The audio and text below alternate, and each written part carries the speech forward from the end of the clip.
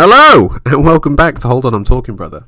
My name is Joe Greenwood, and you are listening to our preview of Bellator something or other, headlined by Fedor Emelianenko versus Ryan Bader for the heavyweight title, and the return of mine and Tom's eternal boy, Sergey Spivak, in a main event against Derek Lewis. Tom, we were talking before recording about how excited we are to talk about these cards. They are so whack. It is unbelievable. And yet I can't help but see somewhat enticed that I'm going to see some terrible yet fun slop on these cards. Yeah, Joe. I mean, we have to wade through the mire. We have to trudge through the trenches to come over the hill and reach the peaks. What's the swampland in Lord of the Rings before they get to Mordor? Yeah, well, they've got all like the dead skeletons. Yeah. Icky. Yeah, that's Dungeon. I can see Spivak in that swamp right now, Joe. I can see him lurking about. He fits right in with the theme of Lord of the Rings. I mean, this is what it is. But, you know, we got so much to talk about with the potential matchups, the big stuff going on in the UFC, the looming fight between Makhachev and Volkanovski. Yeah. Leon Edwards, Usman, and so much more that it's going to be a fun pod, guys. I'm looking forward to getting into it. All right, cool. Now, let's start with Bellator. It's the only thing we can start with. Bellator 290 with a headline main event of Ryan Bader versus Fedor Emelianenko 2 for the heavyweight title. Two significant things about this. First time that Bellator are going to be on CBS. Huge channel for them. We're looking at potentially millions of viewers for this card if we're going to look at the past Strikeforce and Bellator events that were on CBS. But let's talk about the main story here, which is this is Fedor's retirement fight. He has alleged that this is retirement fight. He's 46 years old, Tom. 46. And win or lose, his place in MMA history is sort of set in stone. And Tom, tell me, for you, what is his place within the lore of MMA? Well, he's a part mythical fighter, and that is because of the timing of his big run. Before MMA broke into the real mainstream, Fedor was just about the only name that people could recall, and yet they had never really seen him fight, and they didn't know much about him. Not the most physically imposing of men, Fedor. Of the kind of Hold on. Daniel Cormier. What pronunciation? Are we going Fedor? Are we doing whatever you just said was? Or are we doing Fedor, which is the correct way, isn't it? We're going Fedor. Joe. Right, so that's what he's. Come on, that's what he's known with. Yeah. Throughout the world, Fyodor is the Russian version. Well, you can tell listeners that Joe has got a lot to say about Fedor. He's dying for me to get off the mic. No, keep going. I have to set the scene, Joe. I have to set the scene. Now, obviously, his big moments, they came in Pride. Yeah. He had one of the longest unbeaten streaks in the sport's history. That was at heavyweight, where any shot can put you away. Everyone carries a threat. And, so he has to be recognised, of course, for that. However, for me, the timing of his big run before we had, kind of unified division in which the best fought the best, before the common rules were in place that we see now in MMA, puts him into this kind of mythical status rather than a real great that I personally live through. Okay. More like it's just coming out of the kind of freak show days of the UFC, and of course he never made it to the UFC, which is another part of it. Yeah, I think it was like when we saw Shogun retire last week, and it's like they're talking about how great Shogun was and whatnot, and how great it's just like his Shogun's great run was 2005, 2006, and he was still fighting as of a couple of weeks ago. But I feel like there's something kind of poetic in a way that Fedor, the greatest fighter of Pride, is the last one to go. You know, he's the last one to go, and he's still fighting for a title, like a major title in a major promotion, against a guy who has defeated him. It's, I don't know, there's something about that where it's like, it's the final like capper on that promotion. I mean, you know, it's long been dead, although pride never die, as the saying goes. But, you know, I think for me, Fedor was this thing that, again, like you, it was something I had to go back to. Because when I started watching, it was about 05, 06. First laptop, first internet connection, as I've said before, pornography and fighting, first things you go for. And this was, I think, you know, I went back and it was kind of like a real sort of revelation for me to see Pride. I've talked about this before on the pod, but I remember watching Pride as a teenager and just like, it struck something in me that the UFC has never done, which is actual fear.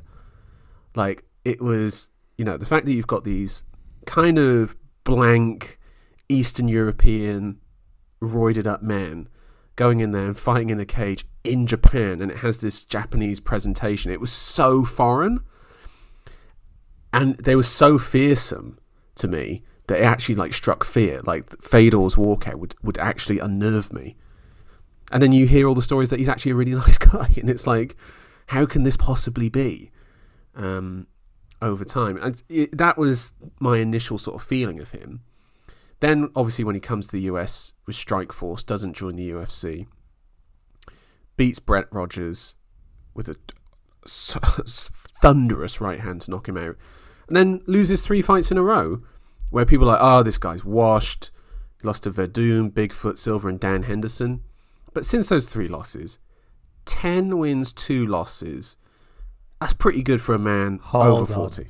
Hold on, Joe. Hold on. You cannot be holding up Fedor's record in recent years as in any way legitimate. We're talking about a man who fought Quinton Rampage Jackson in 2019. Have you seen a photo? Yeah, Quinton Rampage Jackson. I watched that fight. He left it. Oh Lord, it was terrible. Filth. Chael Sonnen, Absolute filth. Frank Mir. Yeah, the guys you thought were long gone. Yeah, you were worried that what they got into post UFC, but they were fighting in Bellator, Joe. But wasn't that the right guy for him to be fighting? Is absolutely Frank Mir? Yeah, so they 100% in this kind of legends division, yeah, like the UFC had for guys like Lyoto, and they also had for also TRT Belfort after he lost the TRT element, and we lamented it when we saw those fights, but we acknowledged that these guys were great, so they deserved their send off, and then they kept fighting, Joe. They went over to Bellator, and this is who they were matched up with. That's fine. That's okay. If there's a market for that, that's great. But fighting for a belt in what you say is a major division, come on, Joe. That can't be justified. No, brings the sport for me a little bit into disrepute. Oh, right, but Bellator I disagree though, because he has got 2 wins. He did beat Tim Johnson. So with a win over Bader here, could you see him coming over to the UFC for one last kind of like Fedor? One pop at it, Fedor? No, absolutely not. He'll never come over to the UFC or anything like that. I mean, that boat long sailed, and that was around about the time. No, but you wouldn't want to see it, is what I'm saying. No, of course not. He's on a sporting level now. Fedor is not. Yeah, but I think that's why something like Ryan Bader is, a good matchup, or at least a fair matchup. It's a guy who's beaten him. It's a guy who, no offense to Bader, is not at the top of the heavyweight pile. Like, if he was in the UFC, he would not be a top heavyweight. Right? He'd be ranked. Yeah, I think he would be ranked, and I think he'd be ranked at light heavy as well if he wanted to continue making that cut. And I actually think Bader would probably do quite well at light heavyweight. I mean, he is very boxy, and, I think he would gas quite quickly. But still, nonetheless, he is the Bellator heavyweight champion. And I don't know, I just think this is a great send-off if he wins, and he goes off and he actually does retire with a record of 41-6 if he wins. That's incredibly impressive. I do also think it would be kind of mad if he did retire, considering that there is a matchup with Anderson Silva that I'm sorry, Tom, I would love to see.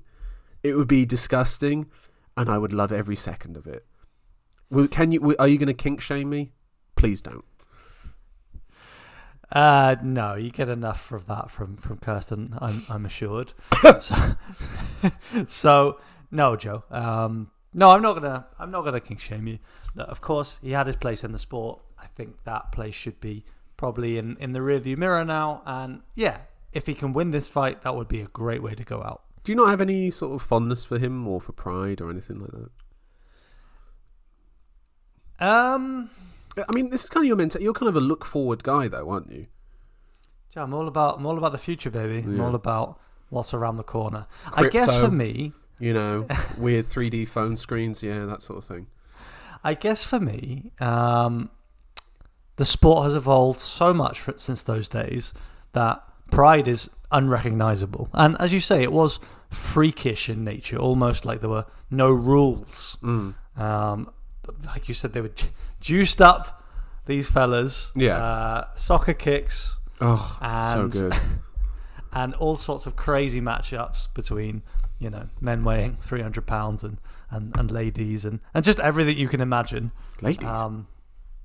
Joe, it's out there. You're talking about rising. Yeah, if it's happened, it's happened in Japan. Right. Yeah, and Pride happened largely in Japan. Of course. So I try to look at the UFC and MMA as a legitimate competitive sport of the highest order. I try to. Pride was the pinnacle of that. And this comes, where I think we're divided in where what makes us fans of the sport. You've always been more drawn to the kind of the big show, the performative aspect, and I am a hardline competitor, Joe. I want to see, I want the best. Yeah, and that's what you had in Pride at that time. That was the best.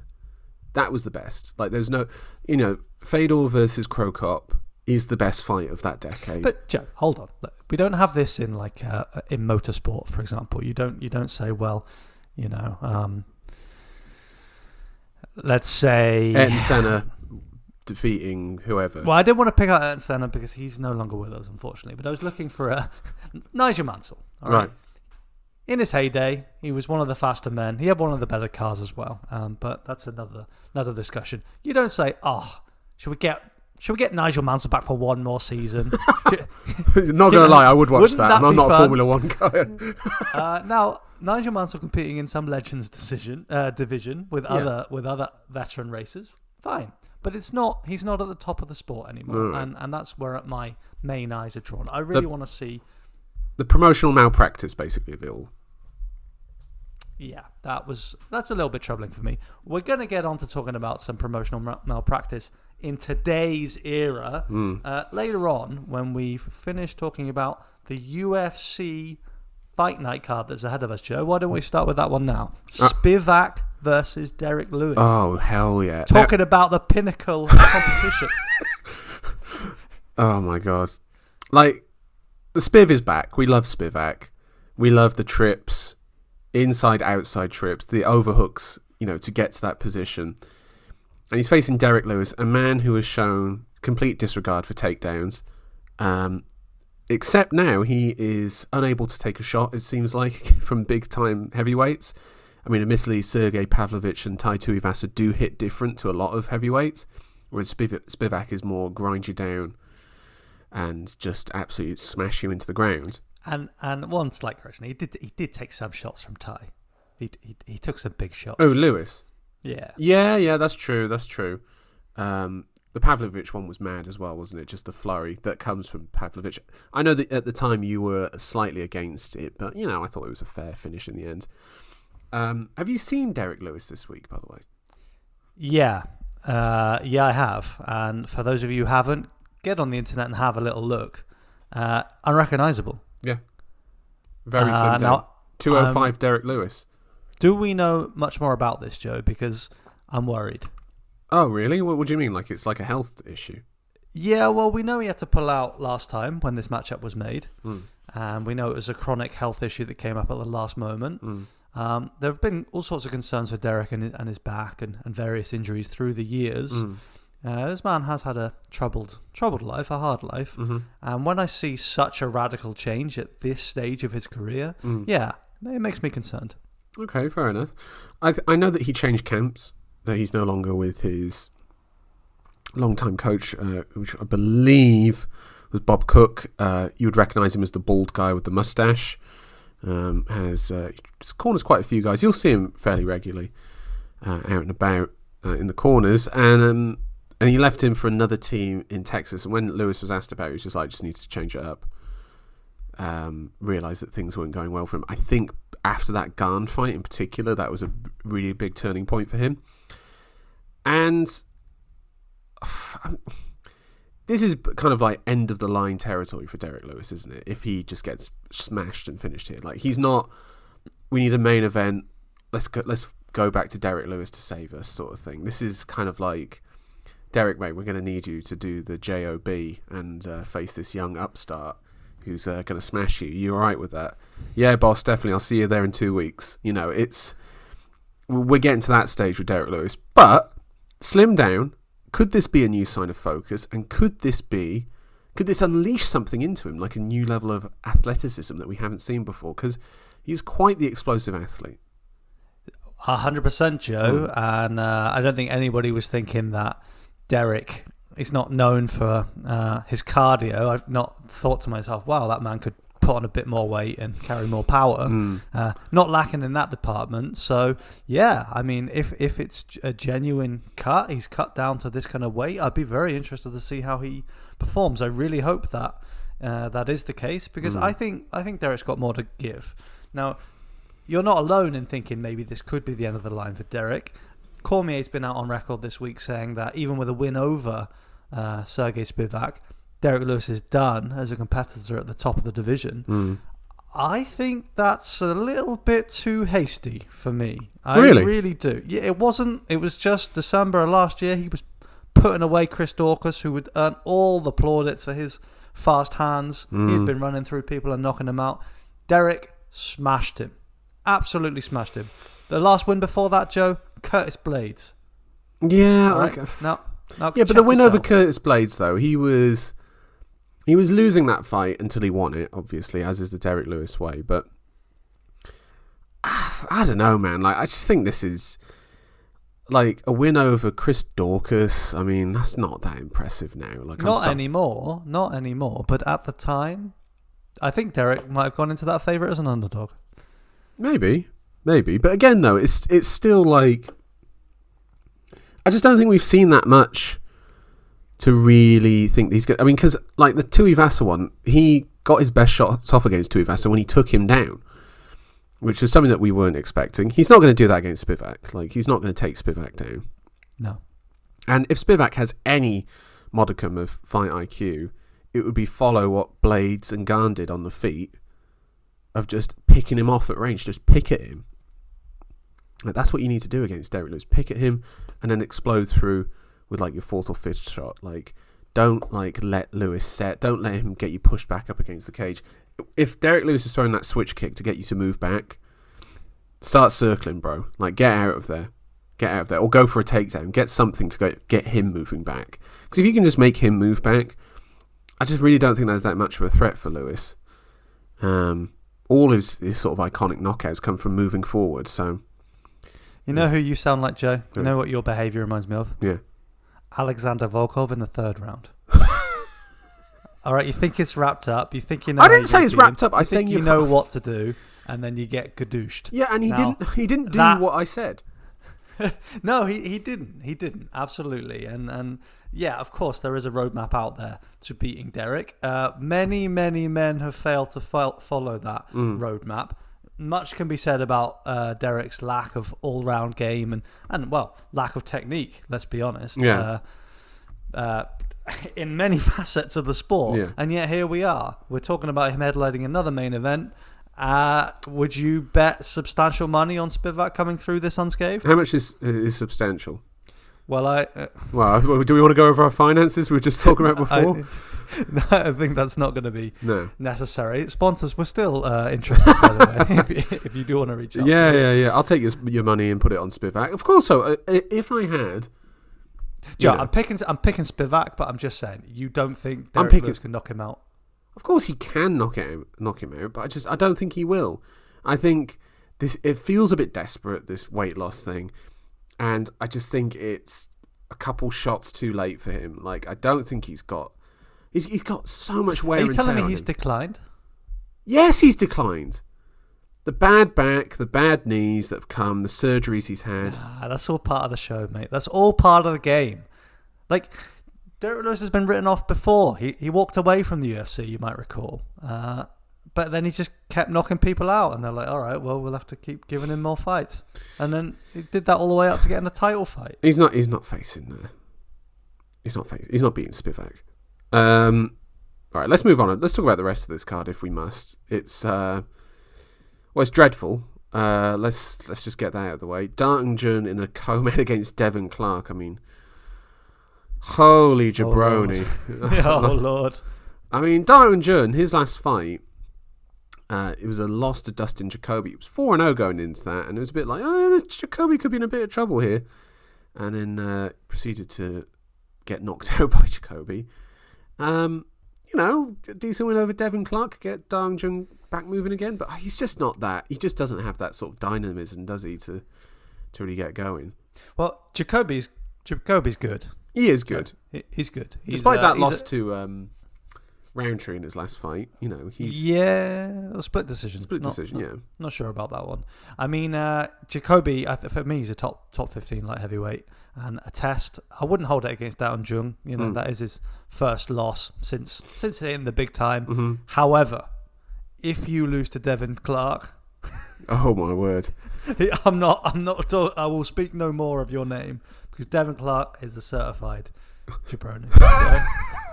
What is... Say no more. What is highlight Devin Clark's record in the UFC, Tom? Give me the numbers for his record. He's 13-7. But what's his record in the UFC? Oh, in the UFC? Okay, so... Just take a guess. Oh, I see. 4-5. He's 7-7. And look, listen to this. Lost to Azamat Muzakhanov, beat William Knight, lost to Ion Kutalaba, lost to Anthony Smith. Wait, hold on. You said enough. Yeah. That third name you mentioned, you lost to Ion Kutalaba. If I remember correctly, he got wrestled by Kutalaba. Yeah, he did. And I was like, yeah. I mean, it was he's famous, of course, for his father shouting in. Yeah. That's my boy. Let's keep going. His son's getting brutalized. Yeah, do you remember his fight against Menefield, where it was just they just were like swanging and banging at each other. Moderately hilarious fight, but I feel like these guys could have probably fought each other about 10 times, and I wouldn't know. Like, do you know what I mean? He's lost to Ryan Spann. This is not good. It's not a good run. But cheers, mate. Cheers, Devin. I'm sure you'd beat the crap out of me. Should we talk about what's his name? Doohoo Choi. Sure. Korean Superboy has lost his last 3 in a row. Cub Swanson was the famous one in 2016. Did his military service, came back, lost to Jeremy Stevens, lost to Charles Jourdain. So good guys that he's losing to, but it feels like his best years are somewhat behind him, even at the age of 31. It's taken hellacious damage in a unforgiving division. The Superboy. That was back in 2016. Reasonable moniker then. 7 years ago, Joe. It looks a bit different on the other side of 30, as we well know. December 2019 was the last time we saw Dooho Choi. You got to worry for him. They were 3 fight of the nights, and his previous fights in the UFC were performance of the nights. Yeah. So the man puts on a show. We can say that. His matchup here, Carl Nelson. What do you make of him? Carl Nelson is a man who... Joe, don't give me this. This man is a 5-fight UFC veteran. He's fought Diego Ferreira.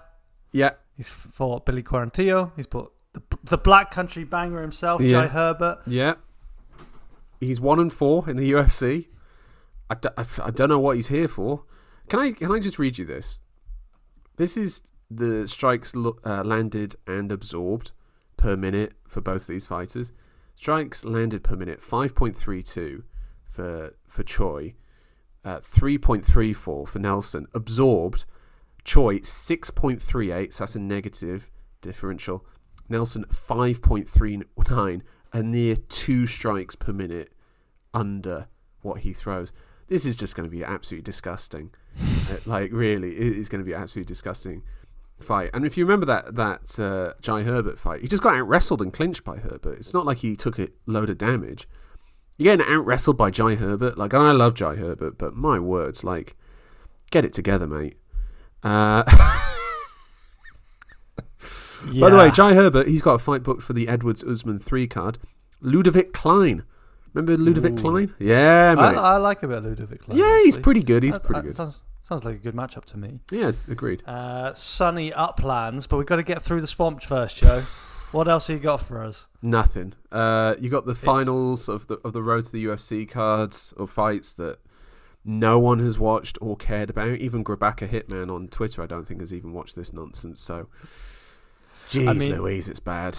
The UFC website, the official promoter for these fighters, Joe mentioned to me that it was the finale of the road to the UFC tonight, and I said, what? Yeah. And I went onto the UFC to try to find out more. Look on the main event card here, looking down the prelims, Joe. All I see is these black shadows because the UFC hasn't even bothered to upload their photos onto their website. No. So I'm not having it. I can't give you any hype. They're not listing odds for some of these fights. There aren't reputable bookmakers out there who know who these fighters are.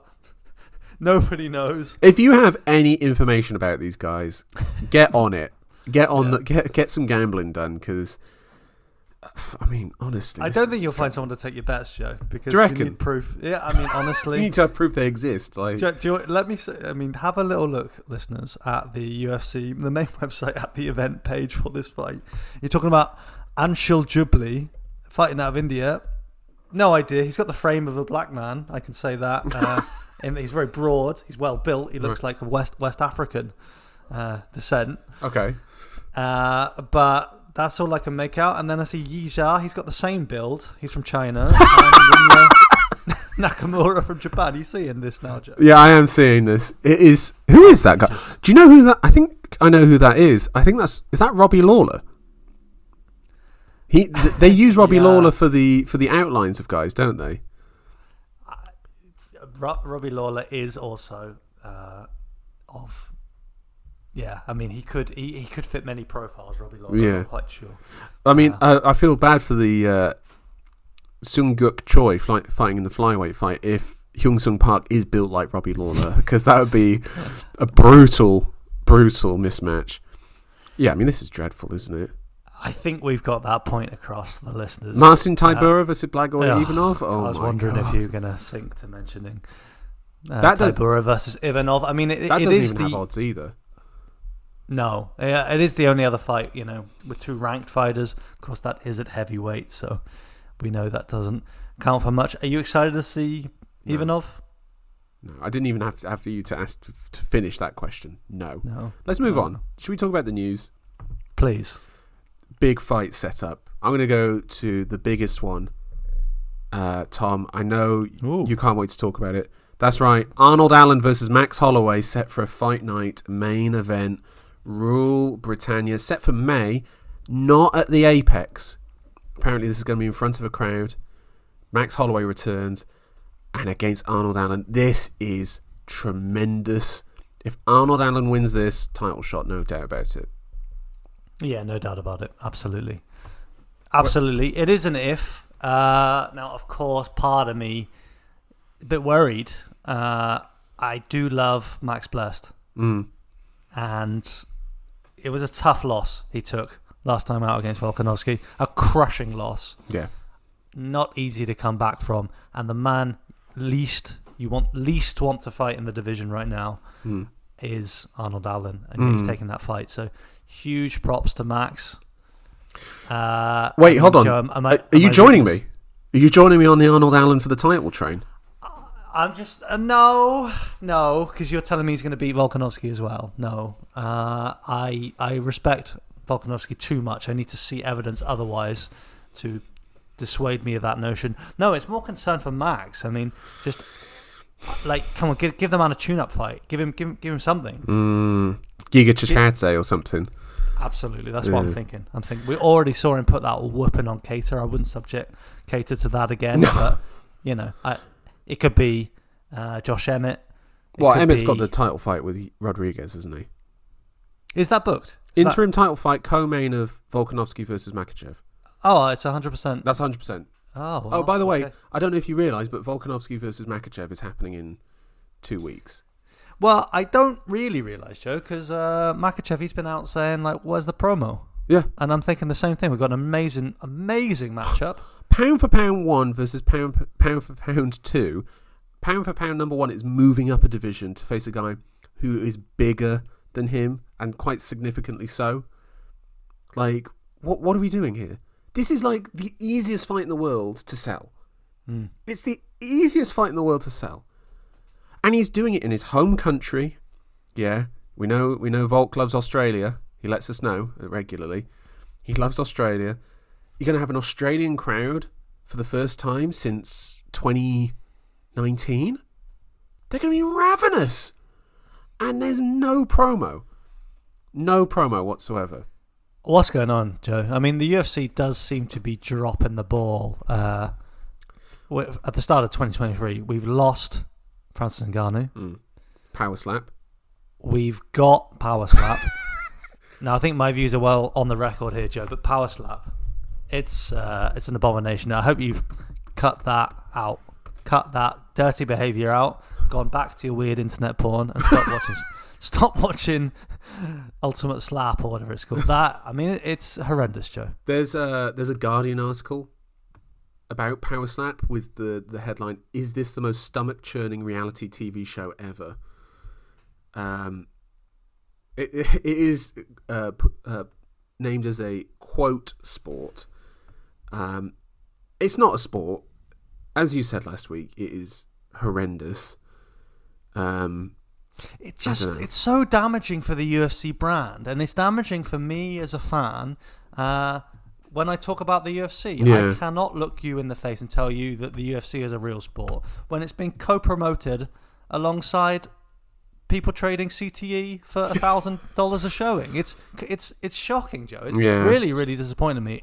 It's so far out of the times. Yeah. It shows so little awareness, and you're going to tell me that you care about the fighters. I did look, Joe. After you told me you watched it, I went back and I bit down on my mouth guard. Yeah.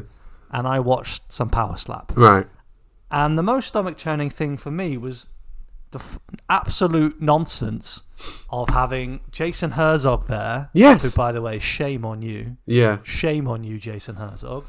And telling me about fighter safety, and you can't. People who club with the fist are doing it recklessly, whereas an open-handed slap is fine. I mean, it just. Yeah. I mean, really, I'm speechless. It's shocking. It's a parody of the UFC and of fight fans that we would enjoy that. Yeah. It's it's tasteless in it as well. Like, it's just really tasteless. Can we? Okay, we'll talk about a couple more matchup things, and then there's also the other really big, disgusting news that I just remembered. Well, should we just do it now? Yeah, I think we should round off on how the UFC's dropping the ball. Are we talking about the latest new sponsor? Yeah. Yeah. Do you want to bring this up? Because it's gross. It's gross. Tom. Well, Joe, no. I mean, break the news. So the UFC have an official energy drink sponsor, and that energy drink is the Logan Paul and KSI energy drink called Prime. Deary me. And basically now they've changed it so that is a sponsor, and you'll hear it quite regularly on the broadcast now. From John Anik. From Bruce Buffer, I think, as well. Because it's not, they've changed the name of it. It's not Red Corner, Blue Corner now. It's Prime Rehydration Zone. That's what it's going to be called. And it's like, I'm going to ask this to you now, Tom. Is this the first sign that the UFC is dying?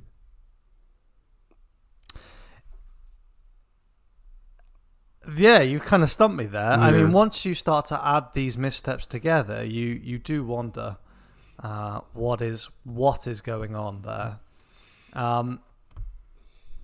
Yeah. It's weird, isn't it? It just steeps lower and lower. I guess it's a comment more on how little respect they do have for us as fans, because we put up with a lot of nonsense. Yeah. A lot of nonsense, and we've kept putting up with it. Devin Clark co-main event. Chief among my complaints, Joe.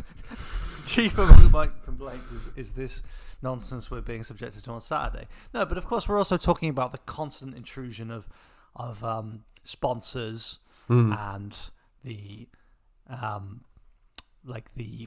when they're blacking out any other sponsor, any other reference to other clothing brands. Yeah. John Anik every 2 minutes referencing some Harley Davidson checkpoint.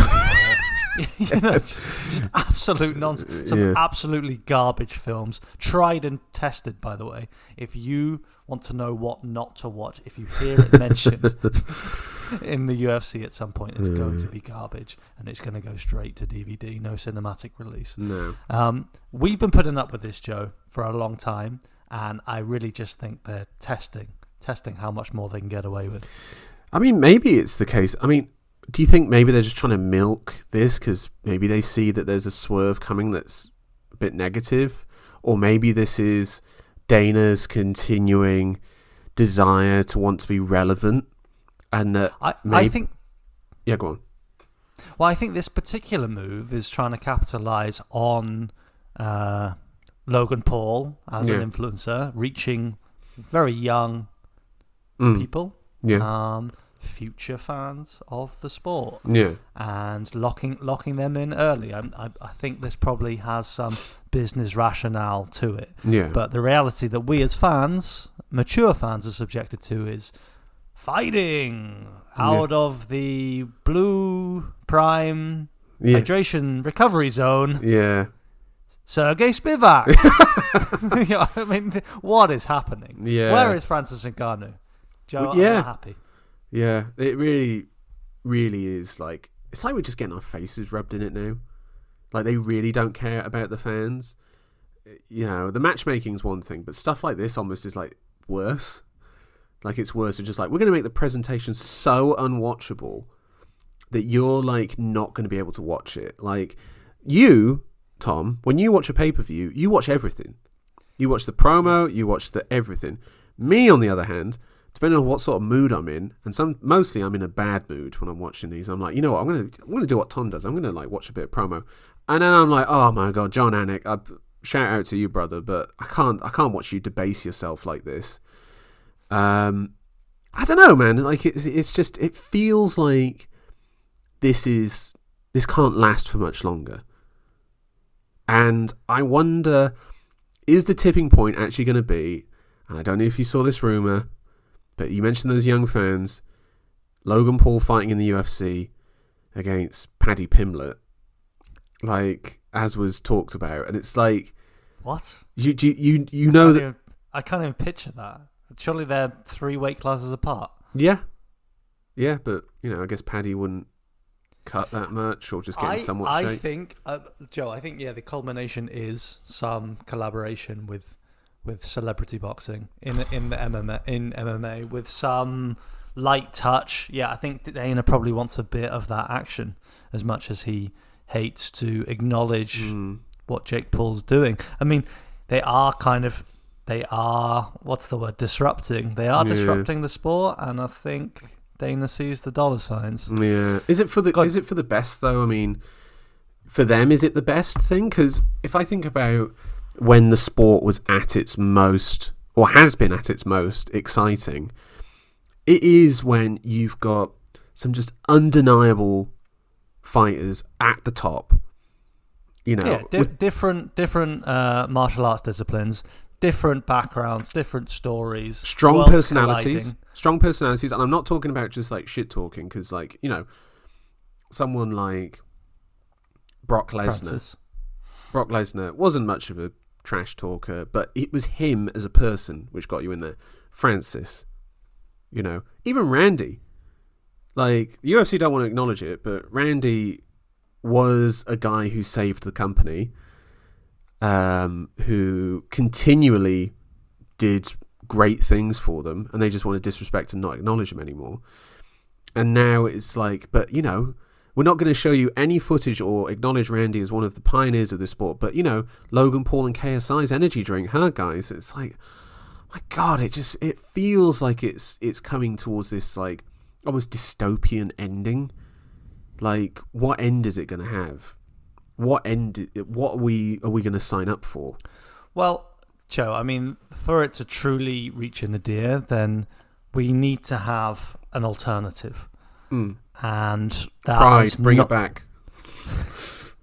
That has not been that has not even been a thought for, I think, for either of us for quite a few years now. Now, obviously, a lot of reference being made now to what's going on in the PFL. Yeah. If they sign Francis Ngannou, Joe. Oh, well, did you see the PFL's matches that they announced for their first cards in April? Brendan Loughnane is back, and he's facing Marlon Moraes. You've got, I know. Moraes should not be fighting that. Say no more. You've killed it for me already. There is no alternative. Who's that Canadian lad who fought with? I'm gonna have to Google his name. This is really bad. I'm sorry, mate. Justin Trudeau? No, not fucking. Sorry, I shouldn't swear.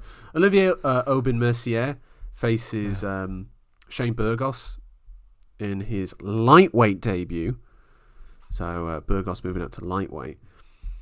There's some interesting fighters over in the PFL. I'll be willing to give it more of a go now, particularly with it being on Channel 4 and them doing more cards over here in the UK.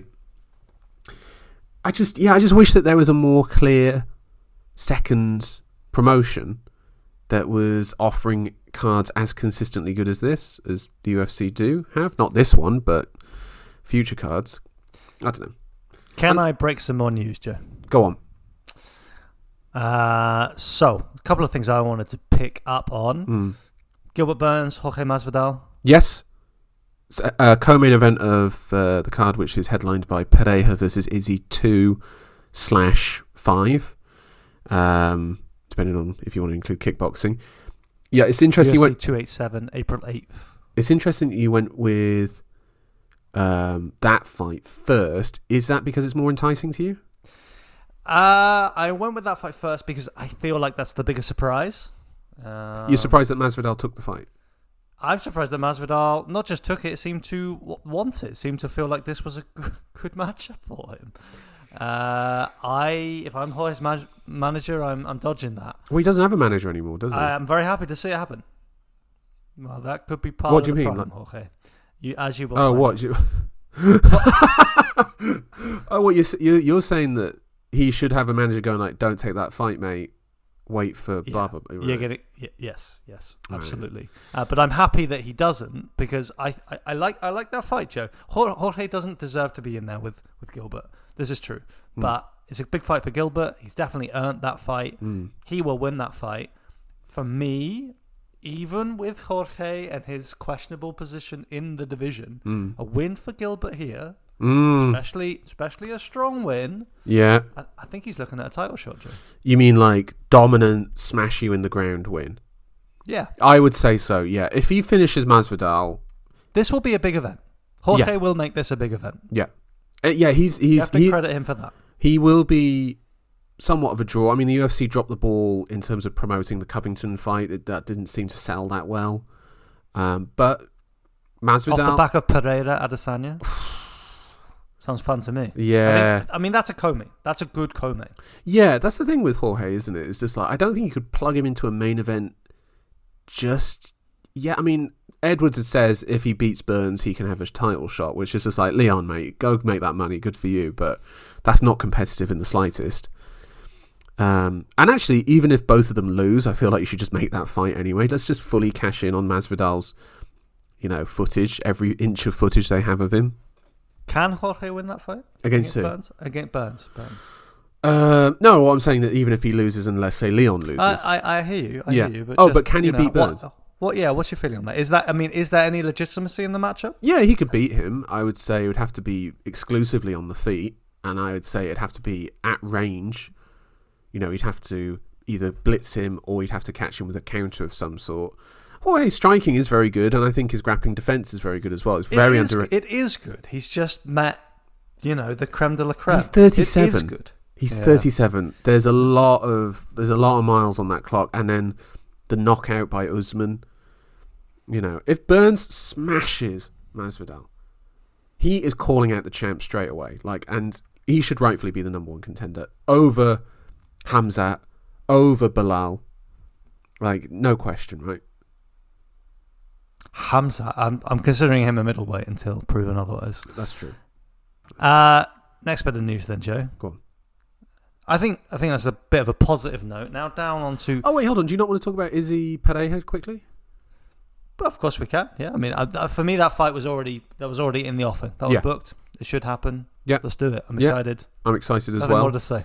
I'll be saying a lot, Joe. I'm just saying that for me, I wasn't surprised when I saw that. I was like, oh yeah, of course. I'm going to be interested to see the changes by both guys. What are they going to throw that's different in this fight? What is their game plans going to be? Can't wait for it.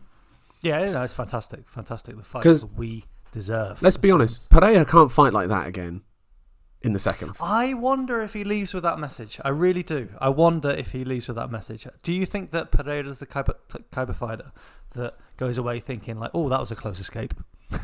I got lucky there. I think he looks at that and he thinks like, oh yeah, that was going to happen. Yeah, no, I mean maybe, but he knew he was losing. That was just proof. That was just proof for me that in 25 minutes I'm going to knock Izzy out. I've done it 3 times. Yeah, man. I think that would be reaffirming for Pereira. I don't think he'll leave and think there's things he needs to fix. I think he'll look and say, in 25 minutes, my shot will land. Right. It's surprising that it took so long last time. Probably will be sooner next time. Fair enough.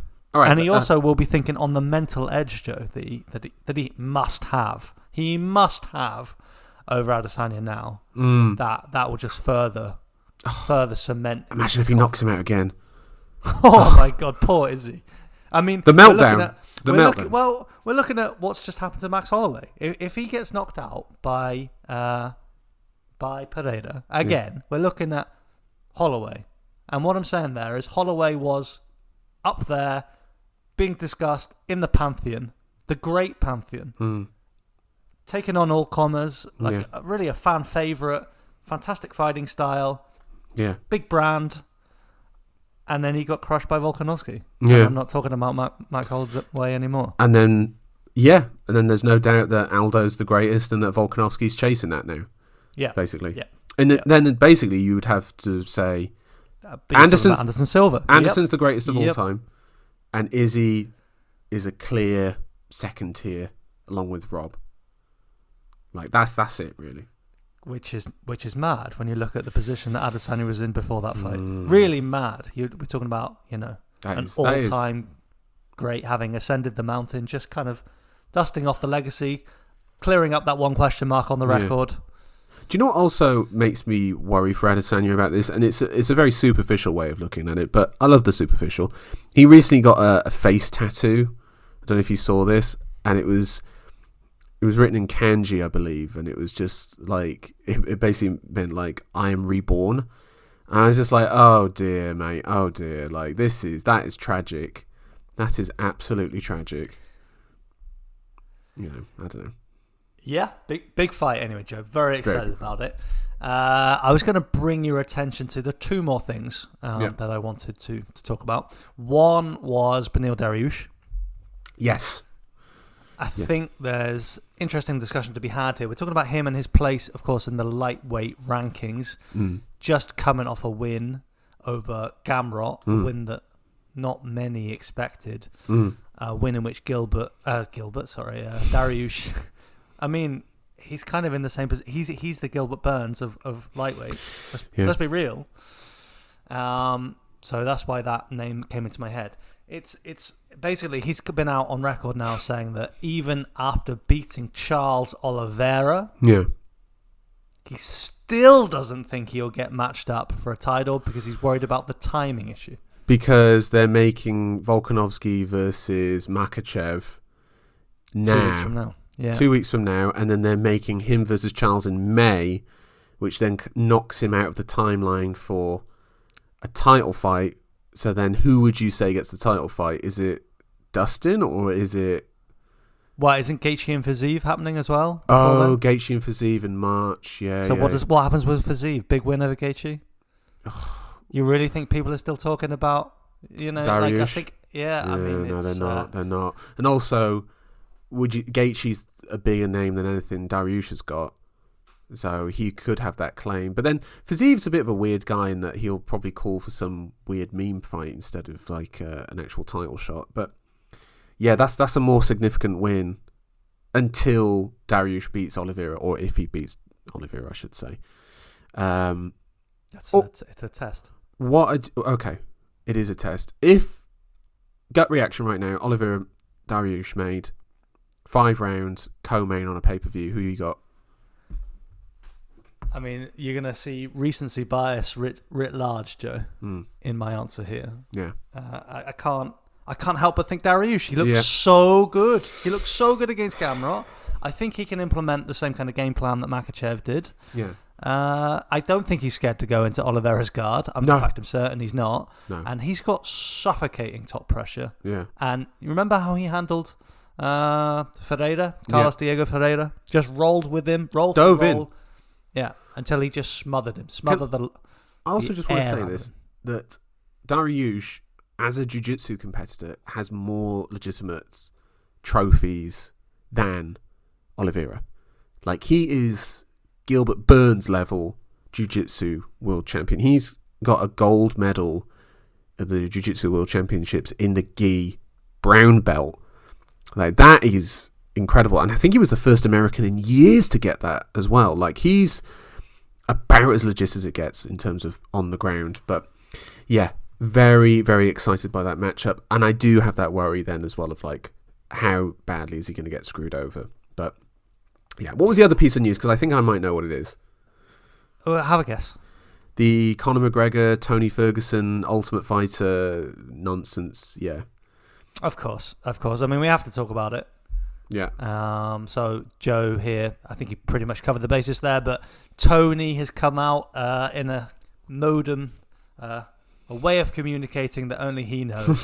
But the top scientists out there have been on the case, and they're realizing that he is suggesting that McGregor has been offered to him as an opponent for the next season of The Ultimate Fighter. Yeah. So they would both be in there coaching, and of course with a matchup to follow. Yeah, I mean, we talked about it on the last pod where it's like that seems to be what they're going to do in terms of Conor PR, of like getting him back out there. But if they do the matchup then as well, and he beats Tony, he's going to get a title shot, right? Like, he's going to slip in and get a title shot. Right or wrong? I mean, that is just absurd. It's just so stupid. Yeah. I can't even entertain that as a notion. But he will. Sorry, you're telling a win over Tony Ferguson? No, but he will get that. At welterweight or lightweight? Surely that would be the final straw. That would be, Joe, that's worse than Power Slap. That's worse than Power Slap. I'm sorry. You beat Tony Ferguson. Yeah. And let's be honest, Tony Ferguson, like, even older and even more washed than he already was last time we saw him. Yeah. With worse highlights. No. Yeah. If they come on, there's not a world that somebody with a straight face can get close to justifying that. No, I don't think so. I think it's no they will. Just accept it. No, just accept it. It's the looming Death Star. No way. Yeah, it will happen. Come on, that is ridiculous. That is more ridiculous than Red Prime Hydration Zone 1. Yeah, it is. It is, but it's happening.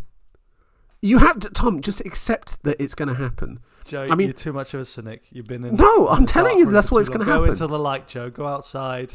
I mean, have a coffee. Can I also just say as well, if Conor loses to Tony, like, oh my word, could you imagine the level of washdom on display would be that sounds amazing, Joe. I like the sound of that. Tell me more about just those clubbing shin to shin leg kicks. Conor can't take it. His stance is hobbled. Tony shoots for a Hold takedown. on. I can Tony shoots for a takedown. Shoots. That sounds Right, quite athletic. Right, to me. he suggests a takedown. You know, Folds into a takedown. I mean, are we? I mean, I don't know. Like, could we see that?